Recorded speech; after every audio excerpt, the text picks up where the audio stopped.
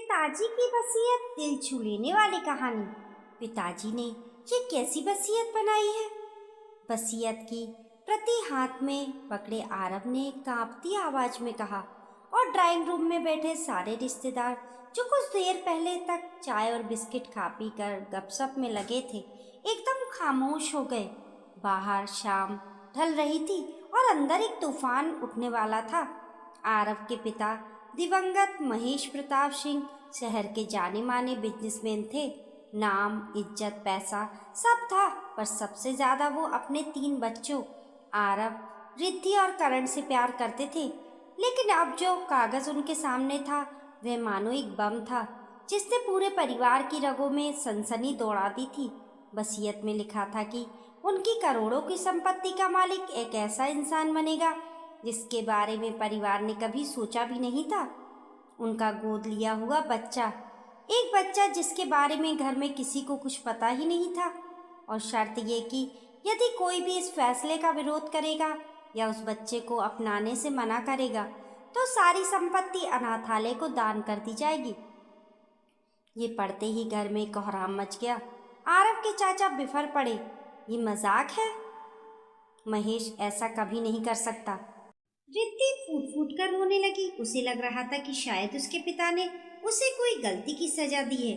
करण गुस्से के मारे टेबल पर हाथ मारकर बोला, हम अपने ही पिता की संपत्ति के लिए किसी अनजान को क्यों अपनाएं? पर आरव सबसे बड़ा बेटा खामोश था।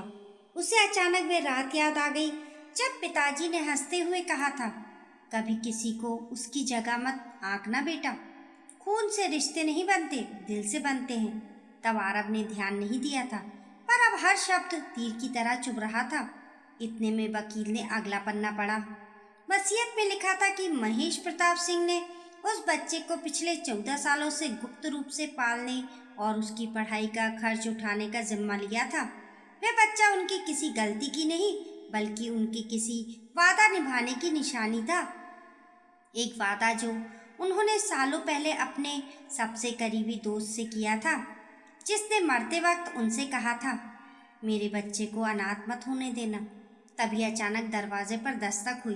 सबकी नजरें उधर गईं। एक लगभग 14-15 साल का दुबला पतला लड़का दरवाजा खोलकर अंदर आया। उसके हाथ में एक फटा हुआ पुराना बैग था, आंखें गोल, डर से दबी हुई। वकील बोला, ये है आर्यन, महेश जी का वादा, उनकी वसीयत का असली हकदार। घर में जैसे बर्फ जम गई। आरव की पत्नी भी हैरान थी। बाहर से पड़ोसी खिड़की से झांक रहे थे, क्योंकि खबर फैल गई थी कि करोड़ों की जायदाद पर किसी अनजान का दावा हो गया है। ये सिर्फ संपत्ति का झगड़ा नहीं था, ये महेश प्रताप की जिंदगी से जुड़ा एक बड़ा राज था। और अब इस राज के खुलने से हर रिश्ते टूटने लगे थे। सगी बहनें एक दूसरे को शक की नजर से देखने लगी। चाचा चाची चीख कर कह रहे थे कि ये सब धोखा है, और दादा दादी रो रहे थे कि उनके बेटे ने उनसे इतनी बड़ी बात छुपा के कैसे रखी। पर इस सब के बीच एक चीज सबसे ज्यादा चुभ रही थी। क्या महेश को अपने असली बच्चों पर भरोसा नहीं था? क्या वे मानते थे कि वे उस अनजान लड़के को स्वीकार नहीं करेंगे? और अगर वे मानते थे तो क्या वे सच थे? धीरे धीरे बात और गहरी होने लगी। आर्य ने बताया कि उसने कभी महेश को पापा नहीं कहा, बस सर कहा था, और वे हमेशा एक दूरी बनाकर रखते थे, क्योंकि महेश कहते थे वक्त आने पर सबको सच पता चलेगा। पर अब ये सच सबके सामने था, और ये सच किसी विस्फोट से कम नहीं था। आरव की आंखें बार बार भीग रही थी। उसे लगने लगा कि पिताजी ने उस पर यकीन नहीं किया। लेकिन उसी समय एक फोटो एल्बम मेज पर गिरी।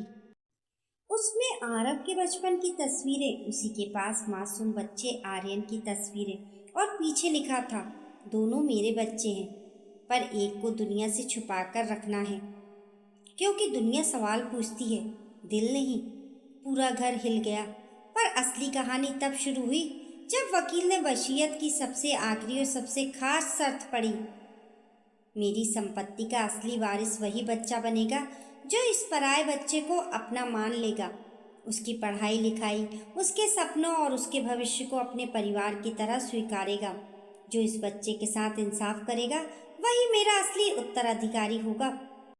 ये सुनते ही घर खोल उठा। चाचा ने कहा, तो क्या अब हम सब इस बच्चे की नीलामी में खड़े हैं? जो इसे अपने पास रखे वही अमीर बने। लेकिन आरव का दिल टूट रहा था। वे पिता की सोच को समझ रहा था, पर परिवार की फटकार भी झेल रहा था। बाहर मीडिया तक पहुंच चुकी थी। करोड़पति बिजनेसमैन ने सारी संपत्ति का अनजान बच्चे के नाम कर दी। खबरें चलने लगी। रिश्तेदार खुद को पीड़ित दिखाने लगे। रो रो कर कैमरे में कहने लगे कि उन पर बहुत बड़ा अन्याय हुआ है। पर इन सब शोरगुल के बीच एक दिन आधी रात को आरव चुपके से अपने पिता की स्टडी में गया, जहां अब धूल पड़ी थी।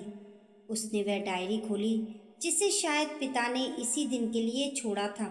उसमें लिखा था, आरव मेरे बेटे, मैं जानता हूँ कि तू बड़ा दिल वाला है। मैं वसीयत से तुम्हें चोट नहीं देना चाहता था, पर मुझे डर था कि मेरी मौत के बाद ये बच्चा कहीं किसी कोने में धकेल ना दिया जाए। मैं चाहता था कि कोई उसे अपनाए, और मुझे भरोसा है वो तू ही होगा। डायरी पढ़ते पढ़ते आरव फूट पड़ा। अगले ही दिन उसने सबके सामने घोषणा की, संपत्ति रहे या ना रहे, ये बच्चा मेरे पापा की आखिरी जिम्मेदारी है और मैं इसे अपना छोटा भाई मानता हूँ। अचानक घर में भूचाल आ गया। रिद्धि चिल्लाई, मतलब तूने हमारी जिंदगी का फैसला खुद कर लिया? करण ने कहा, अगर तू इसे घर लाया तो मैं इस घर में नहीं रहूंगा। पर पहली बार आरव ने दृढ़ आवाज में कहा, आज मैं अपने पिता की आखिरी इच्छा पूरी कर रहा हूँ, जो चाहे जाए। रिद्धि ने आरव के पैर पकड़कर रोना शुरू कर दिया, पर भीतर भीतर वह भी पिता की हर एक बात को याद कर रही थी। कैसे पिताजी हमेशा कहते थे कि इंसानियत ही सबसे बड़ी विरासत है। धीरे धीरे घर में कुछ बदलने लगा। आरव की पत्नी ने आर्यन को खाना परोसते हुए मुस्कुराकर कहा, तुम्हें जो पसंद हो वो बनवाना, अब ये घर तुम्हारा भी है। ये सुनकर आर्यन की आंखों से टप टप आंसू गिर पड़े। उसे जिंदगी में पहली बार अपनापन मिला था। कुछ दिन बाद रिद्धि ने स्कूल में उसके एडमिशन फॉर्म खुद भर दिए और अपने हाथों से उसका बैग तैयार किया। करण, जो सबसे ज्यादा नाराज था, एक दिन तब पिघला जब उसने देखा कि आर्यन उसके पुराने क्रिकेट बैट को साफ कर रहा है और बोला, भैया ये आपका है, आपने मुझे दिया नहीं, पर मैंने चुराया भी नहीं लिया। करण का दिल उसी वक्त पिघल गया। धीरे धीरे पूरा घर बदल गया, पर असली मोड़ अभी बाकी था। महेश की वसीयत में एक छुपी हुई शर्त थी, और वो सिर्फ तब लागू होती थी जब उसके तीनों बच्चे एक साथ मिलकर आर्यन को अपनाए। जब वकील आखिरी बार घर आए, उसने एक छोटा सा लिफाफा खोला और बोला, महेश जी की आखिरी लाइन, और वह पढ़ने लगा, अगर मेरे सभी बच्चे इस बच्चे को अपना लें तो जान लो, असली विरासत संपत्ति नहीं बल्कि वह एकता है जो तुमने साबित की। सबकी सांसें थम गई। इसके बाद वकील ने बताया कि महेश की असली संपत्ति सिर्फ एक करोड़ों की जमीन जायदाद नहीं थी, बल्कि एक गुप्त ट्रस्ट था जिसमें 300 करोड़ रुपए थे, और वह तभी खुलता जब बच्चे परिवार बन जाएं। और अब वह शर्त पूरी हो चुकी थी। सबकी आंखें नम थी। आर्यन को कसकर गले लगाते हुए आरव बोला, तू मेरे पिता की नहीं, मेरी कमाई है। मीडिया चुप हो चुका था। रिश्तेदार खामोश हो चुके थे, और वह बच्चा जो कभी किसी कोना कोना घूमता था, आज दुनिया के सबसे प्यार करने वाले परिवार का हिस्सा बन गया था। वसीयत एक ड्रामा थी, बल्कि एक पिता का अंतिम इम्तिहान थी, और उसके बच्चे उस इम्तिहान में पास होकर अब सिर्फ अमीर नहीं बल्कि इंसान बन चुके थे। दोस्तों, आपकी इस कहानी के बारे में क्या राय है? हमें कमेंट करके ज़रूर बताएं। कहानी पसंद आने पर लाइक और शेयर करें। ऐसी ही अच्छी अच्छी कहानियों के लिए चैनल को सब्सक्राइब करना ना भूलें। मिलते हैं फिर एक नई कहानी के साथ। तब तक के लिए नमस्कार।